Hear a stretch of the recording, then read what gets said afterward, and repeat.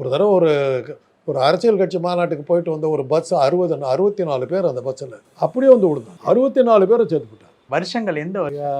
72. ஓ, 50 வருஷத்துக்கு முன்னாடி. அது அந்த நேரத்தில் எஃப்ஐஆர் போட்டதுனால பாதி நாளில் வந்து பூந்தமல்லி கோர்ட்டில் தான் நின்றுட்டு இருப்பேன். இது போய் அந்த என்ன நீ என்ன பார்த்தேன்னா, சார் எஃப்ஐஆர் தான் போட்டேன், உன்னையும் கூட்டிகிட்டு இருந்தாங்க, வர சொல்லிட்டாங்க. எவ்வளோ கொடுப்பாங்க தெரியுங்களா?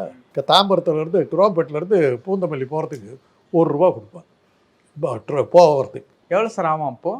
₹5 ஆகும்னு வச்சுருங்க. இது செலவு பண்ணிட்டு தான் போகும். நமக்கு தான் நஷ்டம். நமக்கு தான் நஷ்டம் தான். இல்லை, ஒரு சீசனில் நான் அங்கேயே கிடந்தேன்.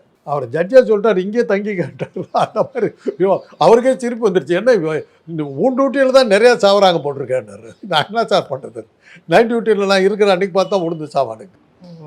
ஆனால் அவன் இருந்தது நாங்கள் 4 பேர் தான் இருந்தோம்.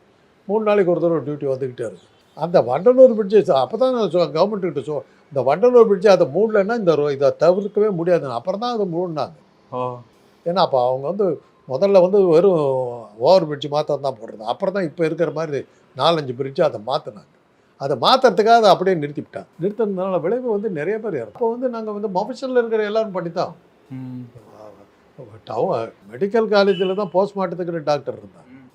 இதில் headquarters, district headquarters ஹாஸ்பிட்டல்லாம் யார் டியூட்டியில் இருக்காங்க அவங்க தான் பண்ணுவாங்க. அப்போவே இந்த ரிப்போர்ட்டை மாற்றி எழுதக்கூடிய விஷயங்கள்லாம் இருந்தது. அதெல்லாம் மருத்துவம் வந்து ஆரம்பித்த காலத்துலேருந்து, கொலைகள் நடக்க ஆரம்பித்த காலத்துலேருந்து